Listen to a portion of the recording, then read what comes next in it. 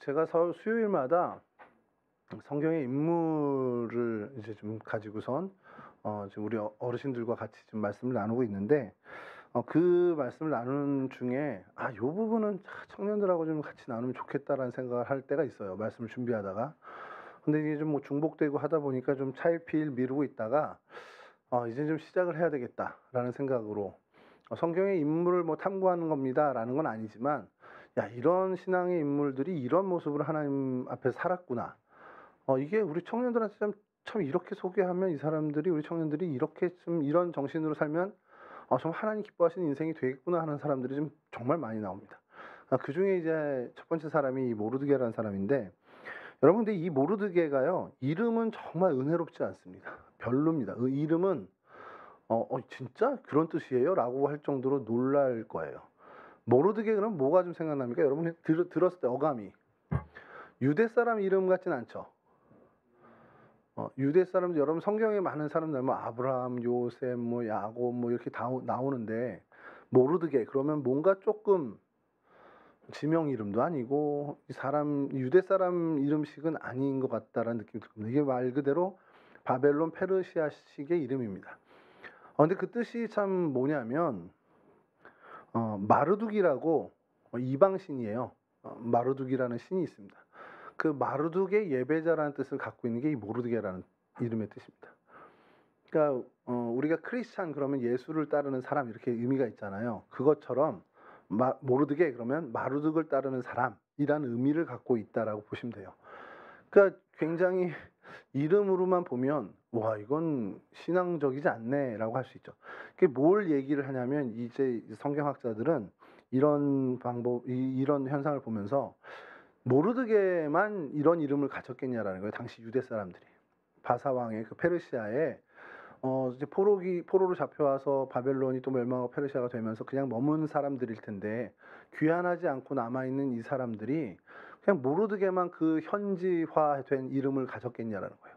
그러니까 이게 뭐냐면, 이민을 갔는데 이민 1세대는 뭐 자기 한국식 이름을 계속 갖고 있잖아요. 미국식 이름도 갖고 있지만, 근데 그 세대가 거듭해 갈수록 그냥 미국식 이름을 갖는 게 편한 거죠. 한국식 이름은 있지만 거의 사용하지 않고. 모르드게도 히브리식 이름이 있었을 겁니다. 근데 그 성경에도 드러나지 않을 정도로 전혀. 왜냐면 에스더는 바벨론식 이름이 있지만 하다사라는 유대 이름이 있다라는 게 성경에도 나오긴 해요. 그러니까 모르드게도 있었을 텐데 그게 성경에 등장하지는 않고요. 근데 대부분의 그 이방 지역에 살고 있는 사람들이 대부분 그 지역에 그 지역의 이름을 그냥 뭐 이렇게 분별 없이 그냥 사용했을 겁니다. 그리고 그냥 흔하게 쓰는 이름이 뭐 마루둑을 한 예배자라는 그 당시 거기에, 그러니까 우리나라도 예를 들어서 복음이 들어오지 않았다면, 그래서 우리가 지금의 그냥 이름을 우리 문화대로 썼다면, 뭐 우리 교회 많잖아요. 뭐 호산이 같은 경우는 한자를 어떻게 쓰는지 모르지만 우리 다윗이라는 이름도 있고, 뭐 호찬이 같은 경우는 바울이라는 이름도 있고, 저희 아이들도 이름을 예원이, 예훈이로 지었는데 사실 의미는 그렇게 넣었단 말이죠. 그러지 않고 그냥 정말 복을 비는 이름을 넣었을 거란 말이에요. 저같이 우진이라는 이름을, 저희 아버지가 신앙적이지 않을 때 이름을 지은 것 같긴 해요. 그래서 우진 그러면 이게 하늘 우자에다가 옥돌진인데, 그러니까 하늘의 뭐 보배 같은 사람이 되라 뭐 이런 거겠죠. 하늘의 보배가 어딨어 사실. 따지면 뭐 하여간 그런 식으로 신앙적이지 않은 이름들은 그냥 자연스러웠을 겁니다. 근데 이제 우리가 이제 이름을 질 때, 크리스찬으로서 이제 아이를 낳고 이름을 질 때 이제 함부로 안 짓겠죠. 이 이름에 그래도 좀 하나님의 어떤 그 신앙적인 게 담겼으면 좋겠다는 의미도 들을 거고, 하여간 기도하면서 아이들의 이름을 지을 텐데, 이때는 이제 역으로 그냥 이방신이 성행하고 뭐 유대인이라 하지만 하나님에 대한 얘기가 별로 오고 가지도 않고 집에서도 그런 얘기들이 별로 계승되지도 않는 그 시절인데, 이름은 당연히 그냥 이렇게 자연스럽게 지을 수 있다는 거예요. 그런 문화였는데, 이 모르드게가 특별한 건 자신의 이름마저도 바벨론식 바사식으로 지어진 그런 배경에서 태어났지만 그는 신실한 하나님의 사람으로 살게 됩니다. 모르드게를 얘기할 때 우리가 빼놓을 수 없는 게 에스더인데, 왜 그러냐, 에스더를 자기 양딸로 삼아서 기릅니다. 에스더 2장 7절인데요. 여러분 이건 그냥 제가 읽어드릴게요. 한번 집중해서 들어보세요. 그의 삼촌의 딸 하다사 곧 에스더는 부모가 없었으나 용모가 곱고 아리따운 처녀라. 그의 부모가 죽은 후에 모르드게가 자기 딸같이 양육하더라. 이렇게 에스더를 양육한 부모의 역할을 했다라는 게 성경의 증언입니다. 근데 우리가 잘 알지만 에스더를 어떻게 양육했습니까? 이 에스더서 전체를 저희가 관통하는 에스더의 모습은 하나님 말씀에 철저히 순종하며 정말 자기의 생명까지도 내놓고 그 말씀에 순종하는 사람으로 나와요. 물론 그 말씀을 전달하는 건 모르드게가 그 역할을 또 합니다. 그러니까 모르드게를 통해서 에스더는 하나님을 바라볼 수 있는 그런 어떻게 보면 모르드게의 양육은 자기를 통해서 에스더가 하나님을 바라볼 수 있게끔 양육을 해왔다라는 거예요. 그러니까 이거를 어떤 성경학자는 되게 좋은 표현을 했는데 우리는 요즘 뭐 멘토 역할을 했다 이렇게 하는데 하나님을 보여주는 창의 역할을 했다 이렇게 표현한 게 있습니다. 되게 전 멋진 표현인 것 같아요. 제가 여러분들에게 하나님을 보여주는 창의 역할을 한다면 말씀을 같이 나눌 때거나 여러분과 같이 이렇게 마주칠 때 저랑 만나고 저와 대화하고 저와 시간을 보내면서 저를 통해서 하나님은 참 위대한 역사를 하시는 분이구나. 그러니까 하다못해 야 하나님이 저런 가우지 목사님 같은 분도 쓰네. 와 저 하나님 대단한 분이네. 이렇게라도 하나님을 발견하게끔 하는 역할을 했다라는 거예요. 굉장한 은혜죠. 가우지 목사 만나면 맨날 상처만 주고 맨날 가우지 목사 만나면 마음 아프고 상처 받고 이런 게 우리 동성교회인데 동성교회 성도들은 제가 만나면 다 상처받아요. 저 때문에. 몰라 그냥 들리는 얘기는 그래요. 그냥 저 때문에 상처받은 사람이 너무 많아가지고 이제는 헤아릴 수가 없을 정도로 2년여 동안 손에 못 꼽아요. 너무 많아. 그래서 스스로 생각하는 거예요. 나는 내가 만나면 나를 통해서 하나님을 경험시켜주고 하나님을 좀 만나게끔 어떤 촉진제가 되고 이래야 되는데 왜 날 만나면 다 상처를 받지? 다시 생각해봐야 되는 거 아니야? 이런 생각을 했었습니다. 여하튼 모르드게는 안 그랬다는 거예요. 에스더를 양육할 때 에스더가 자기 어떻게 보면 사촌 오빠죠. 그분을 나이 차이가 많이 나는 나의 양육자를 보면서 하나님을 발견하고 하나님의 뜻을 알게 되고 그런 어떤 역할을 했다는 거예요. 이게 모르드게의 사실은 위대함의 가장 첫 출발인 겁니다. 사실 여기서부터 시작된 거예요. 이 모르드게가 이따가 살피겠지만 어느 마지막에 결과를 갖게 됐냐 이것도 여기서 출발한 겁니다. 나를 통해서 에스더가 하나님을 만날 수 있고 나를 통해서 에스더가 하나님을 볼 수 있는 그런 창의 역할을 해줬다라는 게 사실은 굉장히 중요한 첫 번째죠. 이거는 우리 청년들에게 좀 비전을 가졌으면 좋겠다라는 의미로 제가 말씀을 준비하다가 이건 청년들하고 꼭 나누고 싶다 한 게 이거예요. 여러분들 결혼할 거죠? 아멘 크게 해야 돼. 이렇게 제일 빨리 아멘 사람 제일 빨리 장가갑니다. 시집가고 결혼을 하세요. 제발 하시기 바라고요. 가장 이제 근접해 있는 우리 자매님이 있지만 결혼하고 애 낳고 어떻게 보면 엄마로서 아빠로서 하는 거 그냥 막연하게 그리지 말고 구체적으로 좀 그런 게 이제 저도 이거는 지금 계속해서 목표하고 있는 거지만 잘 이루지 못하고 훌륭해라고 저도 스스로 평가 못하지만 방향은 안 놓치고 있는 것이 나를 통해서 그래도 우리 아이가 하나님의 이름을 한 번 더 듣고 나를 통해서 우리 아이가 예수님에 대해서 한 번 더 이야기를 듣고 그렇게 되는 부모가 되기를 정말 여러분 정말 비전이면 비전으로 삼고 그렇게 자랐으면 좋겠어요. 그러기 위해서 여러분 배우자를 만나려면 어떻게 됩니까? 이 신앙을 같이 공유할 수 있는 사람을 만나는 게 중요합니다. 제가 이런 얘기가 되게 이제 예전에 교회에서도 데이트 스쿨 뭐 결혼 준비학교 이런 거 진행하면서도 조심스러웠던 건 그거예요. 믿지 않는 사람 만나지 말란 얘기 아니에요. 우선 이런 얘기로 비춰질 수가 있는데 물론 믿는 사람 만나는 게 사실 저는 지금 생각도 누가 뭐라 그래도 좋긴 합니다. 그게 워낙에 고생하는 친구들 너무 많이 봐서. 근데 그 고생의 끝에 성공을 이루면 그래서 정말 믿지 않는 배우자였는데 만나서 같이 신앙생활하고 진짜 오히려 이 남편보다 아내보다 더 믿음의 일꾼이 되는 경우를 보면서 야 정말 하나님이 이 일을 위해서 이렇게 하셨구나라는 고백도 합니다만 그 과정이 너무 힘든 걸 봐요. 그러니까 아끼는 마음으로 여러분들에게 그냥 그래도 믿는 자매, 믿는 형제 만나서 결혼하는 게 정말 훨씬 더 수월하게 하나님이 원하시는 가정을 이루는 게 좋더라라는 얘기를 합니다. 마음에 안 드는 청년한테 야 믿지 않는 청년 괜찮아 이렇게 하겠죠. 고생 좀 해봐라 이거지 그 얘기는. 좀 죽어봐라 이겁니다. 그 비전을 좀 가졌으면 좋겠어요. 아, 우리 애들이 내 아빠인 나를 통해서, 엄마인 나를 통해서 하나님에 대해 이야기를 듣고 하나님에 대한 존재를 알게 돼. 여러분 교회에만 맡기지 마세요. 저도 교육을 뭐 담당하고 있는 교육 목사로서 있지만 교회에만 너무 맡기고 교회만 너무 믿지 마십시오. 아, 우리 애 교회 다녀요. 그럼 뭐 잘 알아서 잘 되겠지. 그럴 거 아닙니다. 정말 여러분 아이들이 얼마나 소중합니까? 그 아이들이 신앙을 놓치고 자라난다. 이거 굉장히 비극적인 일입니다. 그러니까 청년의 때부터 이 마음을 좀 품고 했으면 좋겠어요. 그러면서 오늘 모르드게를 다시 좀 보자라는 겁니다. 그렇게 부모의 역할인데 그 부모의 역할로서는 뭐냐? 하나님을 보여주는 창으로서 역할을 했다라는 게 중요한 거고요.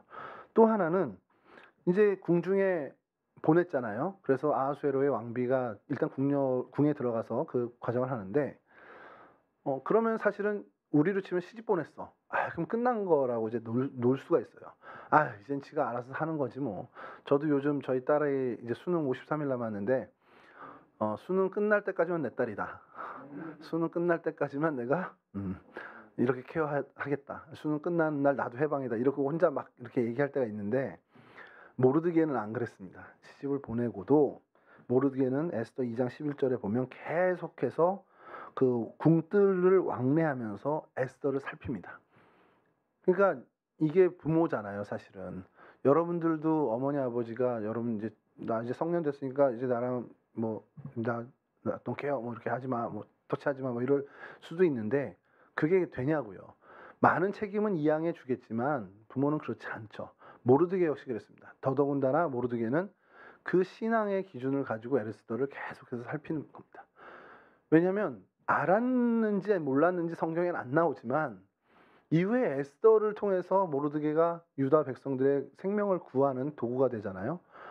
이걸 미리 알았나? 근데 그의 고백에서 우리가 언뜻 보는 것이 네가 왕위의 그 자리를, 왕후의 위를 얻은 것이 이때를 위함이 아닌지 누가 알겠냐라는 얘기를 해요. 그러니까 그걸로 봤을 때 그는 에스더를 왕궁으로 보내면서 훗날 하나님이 저를 통해서 뭔가 역사를 하시지 않겠냐라는 생각은 하지 않았겠냐라는 거예요. 사실 그만큼 하나님과 깊은 교제, 소통을 하고 있었던 사람이라고 우리가 볼 수 있다는 겁니다. 그러니까 여러분들도 청년의 때에 하나님과 깊은 교제 나누고 정말 하나님의 그 말씀 속에 여러분들 사로잡힌 사람이 되면 여러분들 주변에 일어나는 많은 일들을 보면서 하나님이 혹시 저걸로 하나님의 뜻을 이루지 않을까? 하나님이 이 일을 위해서 지난번에 이 일을 도모하신 거구나. 오늘을 위해서 그때부터 준비하셨구나라는 고백을 그런 영의 눈으로 바라보는 능력이 생긴다라는 겁니다. 여러분 그 왜 영안이 튀어지면 좋으냐면 실수가 적어지기 때문에 좋습니다. 앞으로 되어진 일과 지금 바라보는 일들에 내 감정이 동요될 필요도 없고 그럼 하나님이 이 일을 통해서 뭔가 하나님이 이루시겠구나. 그런 어떤 미리 앞서 내다볼 수 있는 그런 은혜를 얻게 되는 거예요. 사람들이 가우진 목사를 만나면 막 상처받고 이러는 거 제가 보잖아 지금. 도대체 하나님 무슨 일을 하시려고 이러지? 제가 아직 부족해서 그것까지 못 봤지만 그래도 저 개인적으로는 보는 것이 하나님이 나를 좀 더 키우시는구나. 좀 더 나를 성장시키고 계시는구나. 라는 것은 제가 알겠다는 거죠. 이걸 통해서 저를 성장시키냐고 망가뜨리시겠습니까? 그렇지는 않을 거예요. 이걸 통해서 하나님 저를 성장시켜 주실 거고 그렇게 조금 더 성장하고 성숙된 목사가 된다면 이후에는 저를 만나면서 상처받는다는 게 아니라 위로를 얻게 되고 격려를 얻게 되는 것이 그런 역사들이 일어나겠죠. 그날을 위해서 하나님이 지금 더 저를 다듬으신다고 저는 생각을 합니다. 그런 믿음으로 나가는 거죠. 여러분들도 그렇게 계속적으로 하나님이 여러분들을 통해서 일하시는 것들을 바라보는 그 영안을 여시길 바라고 그러기 위해서 여러분들도 모르드게처럼 여러분들이 무언가 사람을 돌보고 케어하고 그 사람을 위해서 기도한다면 어느 시점까지 하고 끝 이게 아니라 지속적으로 끝까지 그를 통해서 하나님이 무슨 일을 이루실지 모르지만 계속해서 기도로 후원하고 마음으로 돕고 위로하고 격려하는 그런 교제, 물론 여러분 자녀들에게는 하지만 지금 이 시점에서는 여러분 지체간의 이런 모습들이 풍성히 일어나면 좋다라는 사실입니다. 자, 그러면서 이제 모르드게의 글을 살필 때 그럼 부모로서 어떤 양육자로서 멘토로서 이런 하나님을 보여주고 그걸 지속적으로 했던 사람이다라는 걸 우리가 보면 그것만이 모르드게의 특징인가? 아니에요. 모르드게의 또한 강점은 뭐였냐면 정말 그는 뭔가 맡았을 때 정말 그 일을 충성되게 정말 신실하게 해낸 사람이라는 겁니다. 요령 피지도 않고요. 정말 그게 나에게 주어진 일이라면 그걸 정말 자신의 최선을 다해서 했다라는 거예요. 여러분들 가운데에도 교회에서든 여러분들 뭐 직장에서든 학교에서든 여러분 삶의 자리에서 맡겨진 일이 있잖아요. 내가 회사에서 뭘 맡았다. 그러면 그 부분에 있어서만큼은 주변 사람들이 걱정하지 않게끔 저에게 일을 맡겨놓고는 잊어버릴 수 있을 정도로 그 일에서만큼은 제가 최선을 다해서 책임을 다하는 게 중요하다는 겁니다. 왜 그러냐면 그게 나를 만들어가요. 나중에는. 그런 사람이 되어가는 겁니다. 제가 늘 저희 지금 우리 청년들도 그렇지만 그 전에 청년들한테 맨날 하는 얘기가 지금 이거 하는 게 왜 중요하냐? 지금 지루하지만 이 예배 드리고 예배 시간에 나를 복종시켜서 여기 앉는 거 이거 왜냐면 이걸 내 몸에 붙이고 그렇게 내가 하나님의 사람으로 되어가는 과정이라는 거예요. 이게 여러분 쉬운 일이 아니에요. 어떤 한 습관이라고 하긴 좀 그렇지만 한 어떤 행동 양식이나 삶의 양식이 내 몸에 아주 익숙하고 자연스럽게 되기까지는 처음에 하는 습관으로 붙는 거 한 100일 정도라고 얘기를 하는데 실제로 한 3년 정도 걸립니다. 내가 작정하고 3년 동안 이거에 몸담고 계속 그거에서 반복적으로 한다면 그게 나에겐 쉬운 일이 되고요. 10년을 반복하게 된다면 그거에 대해서 우리 소위 말하는 전문가 정도가 될 수 있는 그런 사람들이 될 수 있다는 거죠. 그럼 여러분 신앙은 어떻겠습니까? 하나님을 예배하는 거 내가 얼마나 더 반복하고 하면 내가 그게 익숙해지고 그게 정말 프로페셔널하게 될까요? 그건 또 일하는 것과 다르죠. 그건 물론 이제 하나님의 은혜를 주셔야 되기 때문에 그런 것도 있지만 그래도 내가 나를 쳐서 하나님 앞에 복종하고 하나님 앞에 나오는 일에 게으르지 않아야 한다라는 게 필요한 거예요. 모르드게를 보면서 우리가 좀 해야 되는 것이 기본적으로 우리가 하나님 앞에서 맡겨주신 일에는 그것이 교회의 일이 됐던 내 삶의 현장의 일이 됐던 간에 정말 최선을 다하고 충성을 다하는 사람으로 살아가야 내가 나의 삶의 모습이 신실한 사람이 되어 간다라는 겁니다. 그건 굉장히 중요한 거죠. 왜냐하면 하나님은 기본적으로 그런 충성된 사람, 그런 신실한 사람을 사용하시기 때문에 그래요. 악인을 악한 날에 사용하시는 것도 있지만 여러분 악한 날에 악인으로 쓰임받고 싶습니까? 우린 그런 존재가 아니잖아요. 우리는 하나님의 선한 일에 쓰임을 받는 사람이어야 합니다. 그러기 위해선 하나님이 우리를 쓰시도록 정말 하나님 앞에 충성된 사람, 신실한 사람으로 우리가 살아가야 한다는 거죠. 그게 여러분들 때부터 사실 시작되고 계속해서 반복되고 그게 여러분들의 몸에 배어야 된다는 사실입니다. 예배라는 거 어려울 수 있습니다. 어떻게 보면 또 어떻게 보면은 그게 별로가 아닌데라고 할 수 있습니다만 영과 진리로 예배를 드린다라는 게 사실은 수월한 일은 아닙니다. 여러분들이 집중해서 그 말씀을 계속해서 되뇌이고 하나님 앞에 내가 선다라는 것은 사실은 내 노력도 필요하다는 거예요. 하나님이 은혜 주셔서 막 사로잡혀서 하는 것도 있지만 내 노력, 내 수고의 땀이 필요한 것은 분명하다는 겁니다. 그러니까 우리 이거 예배 마치고 소모임 하면서 말씀 이렇게 나누고 할 때도 사실은 그런 것들이 필요하다는 거죠. 한 번 빠지면 마음에 이르다가 두 번 빠지면 전주보단 괜찮아. 세 번 빠지면 첫째 주에 막 그 갈등했던 그 부담이 거의 안 느껴져요. 네 번, 다섯 번 빠지면 안 가는 게 이제 편해집니다. 사실 이 코로나 시절에 이 예배가 무너지게 된 게 사실 거죠. 이게 너무 장기화돼서 전에 지난주에 우리 종혁 회장님하고 잠깐 얘기했지만 제가 처음 부임했을 때 코로나 시절에 부임을 했잖아요. 7명 있었습니다. 정확히 예배당에. 우리 전사님들까지 해서 7명 있었는데 와, 코로나라 정말 많이 안 왔구나. 제가 그 생각을 했거든요. 근데 우리 회장님은 다행이다. 목사님 부임하는 날 그래도 이만큼 많이 와가지고 다행이다. 이런 생각을 했다는 거예요. 예배의 자리에 나오는 것들이 온라인으로 하자 이렇게 되고 이게 나쁜 건 아닌데 우리가 정말 그렇게라도 주의를 지켜야 되지 않겠냐라는 코로나 상황 속에 했는데 이게 장기화되면서 내가 특별한 마음을 갖고 다시 예배 자리를 찾아야겠다라는 의지가 없다면 이건 너무 내게 편한 일이 돼버린 겁니다. 그래서 실시간으로 예배를 참여하던 친구들도 제가 이렇게 조사를 해보면 몇 주 지나고 이제 1년여, 2년여, 이렇게 3년여 가까이 되니까 그냥 녹화된 거 나중에 보지 이렇게 되더라는 거예요. 실시간 이제 오히려 갇혀 있고 앉아 있다가 이제 옷이 편해지기 시작하고 조금씩 늦게 틀기 시작하고 그러다가 그 시간 말고 다른 시간에 하지라고 하면서 그나마 뭐 저녁이라도 그 예배를 녹화된 거라도 보면서 같이 말씀을 나누고 하면 좋은데 그마저도 이제 안 하게 되는 모습으로 가더라는 겁니다. 왜냐하면 우리가요 자연스럽게 놔두면 하나님으로부터 멀어지는 존재예요. 원래 우리는 그냥 내가 각고의 노력으로 하나님 앞에 가까이 가려고 하지 않으면 그냥 될 대로 돼. 아니 자연스럽게 놔도 그러면 우리는 하나님으로부터 멀어지는 존재입니다. 우리의 원죄성이 원래 우리 안에 그렇게 있어요. 그러니까 내가 하나님 앞에 계속해서 가까이 가기 위해선 정말 내가 충성되게 신실한 어떤 그런 자세를 갖기 위해서 노력을 해야 한다는 겁니다. 그게 여러분들의 시절부터 시작됐으면 좋겠다는 거죠.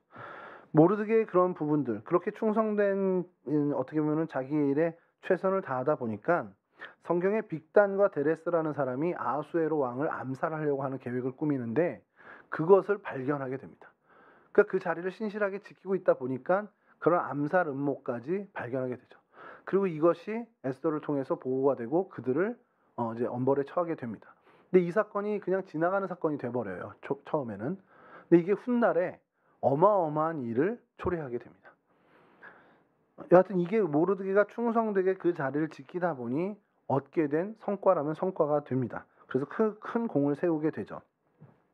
그런 어떤 신앙적인 양육자로서 지속성을 잘 가진 모습, 그리고 이렇게 충성된 모습으로 인해서 그가 어떻게든 그 삶의 자리에서 이루게 되는 많은 열매들, 공헌들, 그리고 난 다음에 그가 그의 정체성으로 확실하게 가졌던 것, 이건 제가 좀 읽어드릴게요. 에스더 3장 1절에서 4절인데요. 그냥 잘 들어보십시오. 그 후에 아하수에로 왕이 아각 사람 함무다다의 아들 하만의 지위를 높여 올려 함께 있는 모든 대신 위에 두니, 그러니까 하만이란 사람을 최고 대신으로 올린 겁니다. 총리의 자리에 올린 거죠. 대궐 문에 있는 왕의 모든 신하들이 다 왕의 명령대로 하만에게 꿇어 절하되 모르드게는 꿇지도 아니하고 절하지도 아니하니. 자, 총리로 세워놓고 왕이 뭐라 그러냐면, 야, 니네 다 이 사람한테 인사해, 격려해, 절해, 이렇게 엄포를 한 겁니다. 왕명을 내린 겁니다. 그러니까 모든 신하들 대신들이 하만이 등장하면 머리를 조아리고 무릎을 꿇어서 경배하듯이 인사를 했어요. 그런데 모르드게만은 꿇지도 않고 절하지도 않았다라는 겁니다. 자, 이게 이제 나중에 빌미가 되는 건데, 대궐문에 있는 왕의 신하들이 모르드게에게 이르되 너는 어찌하여 왕의 명령을 거역하느냐 하고 날마다 권하되 모르드게가 듣지 아니하고, 여기 가는데, 그러니까 신하들이 이 불똥이 우리한테 틀까 싶어서 모르드게한테 옆에서 계속 야 너도 좀 해, 왜 너만 용가리통 빼, 왜 안 해, 이런 식으로 한 겁니다. 근데 모르드게가 뭐라고 얘기하냐면 이렇게 합니다. 듣지 아니하고 자기는 유다인임을 알렸더니, 그러니까 그런 너 왜 꿇어 안 해, 같이 해, 좀 너도 좀 동참해, 이렇게 하는데 나 하기 싫어 라는 대답이 아니라 뭐라고 대답하냐면 야 나 유다인이야. 이게 무슨 말이냐면요, 나는 하나님, 여호와 하나님을 섬기는 사람이야. 그게 이 사람의 대답이었습니다. 그러니까 누가 여러분들에게 막 얘기하고 있는데 야 세준아 너도 좀 같이 해, 너 왜 안 해? 야 우리 캠핑 가자니까, 우리 다 회사 사람 다 캠핑 가는데 너 왜 안 와? 근데 저 못 가요, 죄송해요, 이런 대답이 아니라 저 크리스찬입니다. 이 한마디로 다 되는 겁니다. 쉽게 얘기해서 크리스찬이니까 주일에 교회 가야 되는 거고, 그럼 우리 캠핑에 못 오는 거구나. 우리 등반대회 가야지, 언제 갈까? 일요일 10시에 모입시다. 다 이렇게 하는데 같이 가야지. 그러면 저 크리스찬입니다. 이 얘기를 좀 당당하게 밝히는 겁니다. 근데 이게 왕의 명령을 거역하는 일에 이렇게 밝히는 거예요. 그러니까 신앙인은 신앙인인데 굉장히 강직한 신앙인이었다는 겁니다. 그리고 하나님은 그런 그의 강직한 신앙을 가지고 하나님이 그의 구원의 역사를 이 모르드게를 통해서 이루시죠. 여러분 유명한 이 성경 구절을 다시 한번 읽어드릴게요. 이때에 내가, 에스더 4장 14절인데, 이때에 내가 잠잠하여 말이 없으면 유다인은 다른 데로 말미암아 노임과 구원을 얻으려니와 너와 내 아버지 집은 멸망하리라. 내가 왕후의 자리를 얻은 것이 이때를 위함이 아닌지 누가 알겠느냐 하니. 자, 모르드게의 강직한 신앙의 그 모습이 이 정도구나라는 것을 보여주는 대목인 것이 뭐냐면, 하나님이 반드시 구원하실 것이라는 확신이 있었습니다. 어떤 방법이든 동원해서 하나님은 구원하실 거라는 거예요. 모르드게는 이런 확실한 믿음이 있었습니다. 근데 그것을 이 에스더를 통해서 하겠구나라는 것을 본 거죠. 그래서 에스더에게 권면하는 겁니다. 야, 너 그 자리에 올라간 게 우연이야? 네가 능력이 좋아서야? 네가 이뻐서야? 아니야. 하나님이 네가 이 자리를 얻게 하신 것은 하나님의 구원의 역사를 이루기 위해서 너에게 이걸 준 거야 라는 얘기를 하는 겁니다.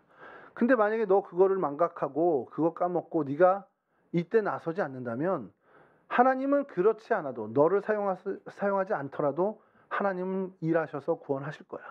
그럼 넌 어떻게 되겠니? 넌 망하는 거야. 이제 그렇게 얘기를 하는 겁니다. 자, 이런 확신에 찬 믿음을 갖고 있었을 만큼 이 모르드게는 굉장히 강한 강직한 신앙인이었다는 거예요. 왕의 명령을 거부하는데도 나 유다인입니다. 당당히 얘기하면서 이 구원의 문제에 있어서 이렇게 하실 것이라는 하나님의 수를 읽는다고까지 표현할 수 있을 정도로 강직한 신앙, 확고한 신앙과 믿음을 가졌던 사람이라는 거죠. 자, 이제 말씀을 좀 마칠게요. 이런 모르드게를 지금 잠깐이지만 우리가 봤잖아요. 여러분 신앙은 어때요? 내 신앙은 어떤지 한번 생각해 보자는 거예요. 저도 뭐 반성하는 게 많죠. 저희 집사람한테 맨날 혼나는 게 이겁니다. 당신 설교는 너무 청년들을 다그치는 것 같아. 니네 왜 그렇게 살아? 뭐 이렇게 하는 것 같다는 거예요. 아닌데 나는 위로와 정말 사랑과 이런 걸 표현하고 있는데 아닌가 봐요. 듣는 사람은. 여러분들 정말 사랑합니다. 아시죠?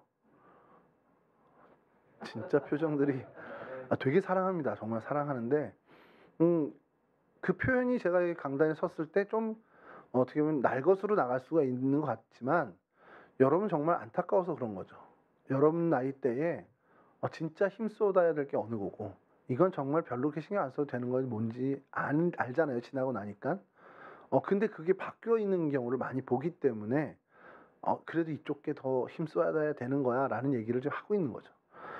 내 신앙이 어떤가라는 걸 한번 생각해 보는 거예요. 내가 정말 신앙이 좋다 나쁘다라는 표현을 만약에 우리가 쓴다면 어떤 게 좋고 어떤 게 나쁜 겁니까? 내 뜻을 이루려고 하는 것이 그래서 그것 때문에 열심히 기도했고 그 기도를 하나님이 들어주셔서 이루어 주셨다. 이게 신앙이 좋은 건가라는 거. 조혜한 목사님 오셔서 금요일 이렇게 설교해 주실 때 기도 제목 주셨는데 내 뜻이 이루어져서 감사하고 하는 건 누구나 다 하고 이방 종교도 하고 다른 종교도 다 해요. 소원 성취 이루어졌다고 다 합니다.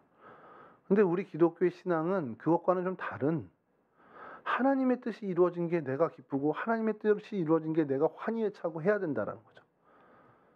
하나님의 뜻이 이루어진 것에 대해서 여러분들은 정말 기뻐하는 신앙을 갖고 계시냐는 거예요. 정말 예배 자리가 풍성해지고 많은 이들이 함께 예배하는 그 자리에 그 것을 목격하면서 와, 정말 하나님이 이 놀라운 일을 하셨구나. 하나님이 정말 저들을 구원하셨구나. 저 친구 정말 방황하던데 그 친구가 드디어 주님 앞에 나와 예배하는 예배자가 되었구나. 이걸로 내가 기뻐한 적이 있냐라는 거예요. 여러분들 교사를 하다 보면 그런 것을 맛보게 되죠. 그렇게 애쓴 그 녀석이 결국 예배당에 나왔어. 그때의 기쁨 말로 못하잖아요. 그러한 기쁨을 우리가 갖고 있느냐라는 거예요. 우리는 정말 타협하기를 좋아하는 어떤 그런 본성을 갖고 있습니다. 그래서 하나님 말씀 중심의 신앙보다는 내가 생각하는 내 유익을 위해서 타협하는 거에 굉장히 빠르고 길들여져 있는 상태인 건 사실이에요. 근데 이제 그걸 조금씩이라도 우리가 수정해 보자라는 겁니다. 하나님이 기뻐하시는 일과 하나님이 기뻐하시는 삶을 위해서 살아보는 거기에 의미를 좀 둬보자는 거고 내 인생 한번 그렇게 그럼 살아보면 어떨까라는 결단들을 좀 해보자는 거예요. 정말 하나님의 사람으로서 어떤 이러한 선명한 신앙의 기준을 가져야 될 때라는 겁니다. 세상이 점점 더 그 신앙을 갖지 못하는 분위기로 가고 있습니다. 단순히 기독교 인구가 줄어들고 교회들이 위축된다라는 것가 아니라 기독교에서 외쳤던 어떤 교회에서 외쳤던 메시지가 하나님의 그 뜻과는 좀 어긋났던 것이다 보니 쉽게 얘기해서 그냥 풀어서 얘기하면 예수 믿고 복 받고 예수 믿고 잘 살아봅시다 했는데 예수 안 믿어도 잘 살고 예수 안 믿어도 여러분 부유해지더라는 거예요. 그러니 예수와 교회가 뭐 여기 안 가도 되는데 야 여기 안 가도 이 삼성전자 주식이 더 우리에게 도움이 주잖아. 이렇게 되는 거예요. 하나님한테 열심히 기도한 사람보다 저기 수도권 어디에다가 집 하나 사뒀더니 그게 더 부자가 되는 길이 돼. 그러니 사람들은 그럼 뭐하러 열심히 기도해? 이게 되는 거예요. 하나님 앞에 열심히 기도하는 게 부자 되기 위해서 기도했습니까, 우리가? 그렇게 근데 가르쳐 왔다라는 거죠. 근데 여러분들의 세대는 달라야죠. 의미 있는 삶을 살기 위해 하나님의 기뻐하시는 뜻을 이루기 위해 우리는 기도하고 예배하고 하나님 앞에 무릎 꿇는다는 겁니다. 그리고 그 일을 하나님 이루실 때 하나님 쓰실 사람 우리밖에 없잖아요. 라고 우리를 사용해 주시기 위해서 우리는 주님 앞에 나오는 거죠. 하나님 뜻대로, 하나님 말씀대로 하나님의 뜻을 이루기 위해서 살아가는 그러한 신앙을 가져야겠다는 거죠. 나의 신앙을 매번 돌이켜보면서 점검할 때에 내가 하나님의 뜻이 이루어져 감에 기쁨을 갖고 사는 사람인지, 아니면 내 소원 성취를 위해서 노력하고 땀 흘리고 그것에만 몰두하고 있는 사람인지를 정말 매일 밤 매일 저녁 여러분 점검해 주시길 간절히 바랍니다. 여러분 이제 결과를 좀 말씀드릴게요. 이러한 모르드게를 하나님이 사용하셨죠. 유다 족속들을 건져내신 것으로 모르드게를 사용하신 게 끝이 아닙니다. 오늘 마지막 절 보시겠지만 유다인 모르드게가 아하수에로 왕의 다음이 되고 총리가 된 겁니다. 유다인 중에 크게 존경받고 그의 허다한 형제에게 사랑을 받고, 이게 오늘 제목이죠. 모든 유다인 형제 자매들에게 사랑을 받아요. 그들의 이익을 위해서 도모하고 그 종족을 안위했기 때문에라고 성경은 얘기하는데, 그 앞에 그의 결과가 뭐냐? 아하수에로 왕의 다음이 됐다는 겁니다. 이거는 그냥 우리 요즘 표현으로 하면 페르시아 제국의 총리가 된 거예요. 당시 페르시아 제국의 총리. 아하수에로 왕이 누구냐? 여러분 영화 300 아시죠? 스파르타 그러면서 나오는 애들 있잖아요. 다 그 몸짱 애들 300명 나오는 거. 그때 그 스파르타를 침공하러 간 크세르크세스라는 사람이 있는데 그 사람이 아하수에로입니다. 어마어마한 127도를 뭐 도가 어느 정도인지 모르지만 어마어마한 제국을 정복한 사람이죠. 인류 역사상 가장 큰 범위로만 보면 가장 큰 제국을 점령한 사람인데 그 나라의 총리가 된 거예요. 사실 그게 뭐 별로 중요한 건 아니지만 우리가 왜 그런 얘기를 하냐면 성경을 읽으면 사람들이 그래요. 요셉 그때 당시에 패권 국가인 애굽의 총리가 됐어. 다니엘 바벨론의 포로로 끌려갔는데 거기에 총리 중에 하나가 됐어. 그러면서 막 각광을 하잖아요. 하나님이 그 패권 국가에 하나님의 사람을 심으셔서 하나님의 사람이 통치하게끔 하셨다라고 얘기한단 말이에요. 요셉도 그렇고 다니엘도 그렇고. 그 기준으로 놓고 본다면 모르드게가 짱입니다. 그 기준으로만 놓고 보면 모르드게는 역대 최대의 제국인 페르시아의 총리. 그것도 이제 크세르크세스 이후에 계속 쇠퇴기를 겪어서 페르시아가 줄어드는데 어쨌든 최고 정점에 있었을 아하수에로 왕 때의 총리가 되는 거예요. 그러니 뭐 입신양명으로 보자면 모르드게가 최고죠. 근데 오늘 우리가 이걸 얘기하자는 게 아니라 그 정도로 하나님께서 그를 사용하시는 거예요. 뭐 그 큰 나라의 총리가 됐으니까 하나님이 크게 사용하신다? 아니, 그건 아닙니다. 어쨌든 하나님이 그를 사용하셨다는 게 중요하죠. 우리가 이렇게 하나님 앞에서 신앙적인 양육자로서 나를 통해 하나님을 비추는 사람으로서의 신실함을 갖고 살아가고 하나님 앞에 정말 충성된, 내게 맡겨주신 일이라면 내가 정말 무한 책임을 갖고 늘 그런 삶의 자세로 하나님 앞에 영광을 돌리고, 그래서 정말 강직한 신앙의 소리, 나는 유다인입니다, 나는 크리스찬입니다 라는 그 강한 자기 정체성을 갖고 그 믿음을 갖고 사는 사람은 하나님은 어쨌든 우리 삶의 자리에서 사용하신다. 모르드게의 삶의 자리는 페르시아였기 때문에 페르시아의 총리로서 하나님께서 쓰시고자 쓰신 거고, 우리는 우리 한 가정의 가장으로 아니면 우리 동성교회 공동체의 교사로 동성교회 공동체의 어떠한 직임을 가지고 하나님이 쓰시는 우리 삶의 자리에서 하나님이 쓰신다라는 거예요. 여러분 직분을 가졌다고 다 하나님의 쓰임을 받는 사람입니까? 목사가 되었다고 다 하나님의 쓰임을 받습니까? 그렇지 않아요. 우리가 만든 제도와 우리가 만든 조직에 의해서 우리가 직분을 가질 수도 있고 그 직위에 오를 수도 있지만 하나님의 쓰임을 받는 건 다른 얘기입니다. 나를 통해서 정말 하나님이 하나님의 일을 이루어 가고 계신지, 그게 중요하다는 거죠. 저도 매번 어떻게 보면 하나님 앞에 간구하고 하나님 앞에 점검하는 건, 하나님 정말 저를 목사로 만드셨는데 그냥 이 하나만으로도 감사한 것은 있어요. 그냥 그래, 목사 만드셨으니까 교회 안 떠나게 하나님 하셨어요. 그것만도 정말 감사하죠. 어쨌든 저는 교회는 안 떠날 거 아니에요. 동성교회는 떠날 수 있어도 교회는 안 떠날 거란 말입니다. 그것만으로도 감사는 한데 하나님 정말 이런 목사의 직위를 주셔서 하나님의 뜻이 뭔지 모르지만 크든 작든 상관없이 하나님의 뜻이 뭔지 모르지만 그것을 이루는데 저를 쓰시고 계신다면 저는 할렐루야라는 거죠. 여러분들도 마찬가지입니다. 여러분들의 삶의 자리에서 여러분들의 특별히 생업의 자리에서 복음을 전파해 예수 이름을 드높여 그게 아니라 여러분들의 각자의 역할을 통해 하나님이 이 땅을 이롭게 하고 많은 사람들을 유익하게 하는 그 일에 쓰고 계신지를 계속 확인하자는 거예요. 목사님 저는 직업도 없고 아직 일 안 하는데요. 그건 상관없습니다. 정말로요. 그런 얘기 있잖아요. 길게 하나님의 쓰임을 받는 경우도 있지만 결정적인 한 방으로 쓰임 받는 사람도 있고요. 저는 성경의 인물 중에 가장 인상 깊은 사람이 누구냐라고 한다면 저는 한편에 같이 십자가에 못 박힌 강도입니다. 그가 무슨 쓰임을 받았습니까? 없죠. 쓰임 받은 게 없죠. 근데 그렇게 죽을 인생도 하나님은 십자가상에서라도 건져내 주셔요. 그런 하나님이라면 애초에 하나님을 믿고 따르는 저희 같은 사람을 쓰시는 건 하나님 편에서는 일도 아닌 거죠. 제가 예전에 설교를 하면서 그게 실수였는지 잘 모르겠지만 그 강도 설교를 하면서 그냥 불현듯 그런 생각이 드는 거예요.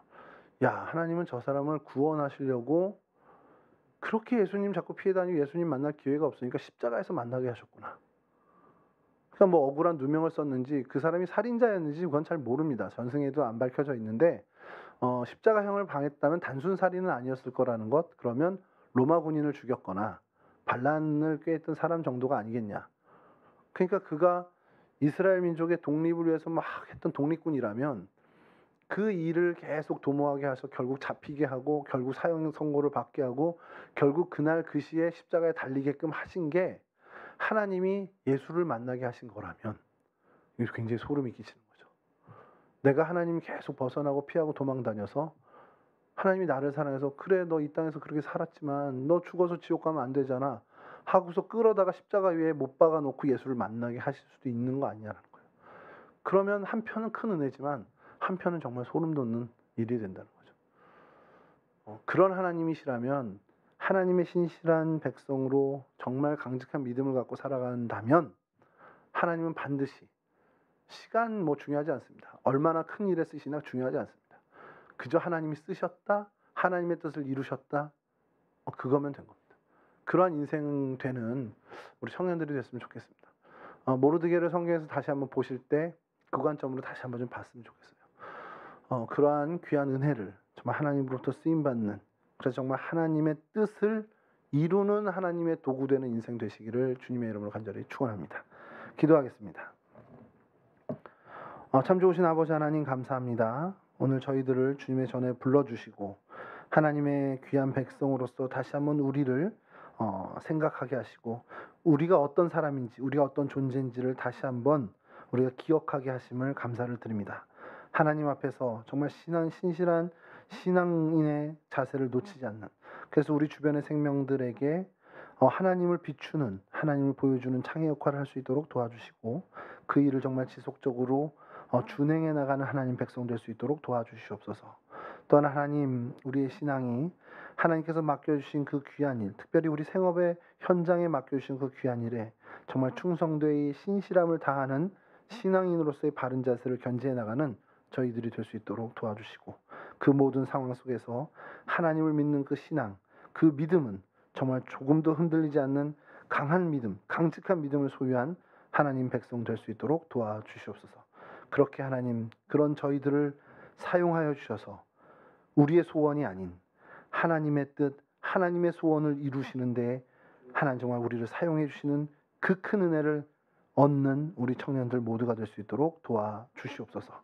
감사하며 예수 그리스도 거룩하신 이름으로 기도합니다. 아멘.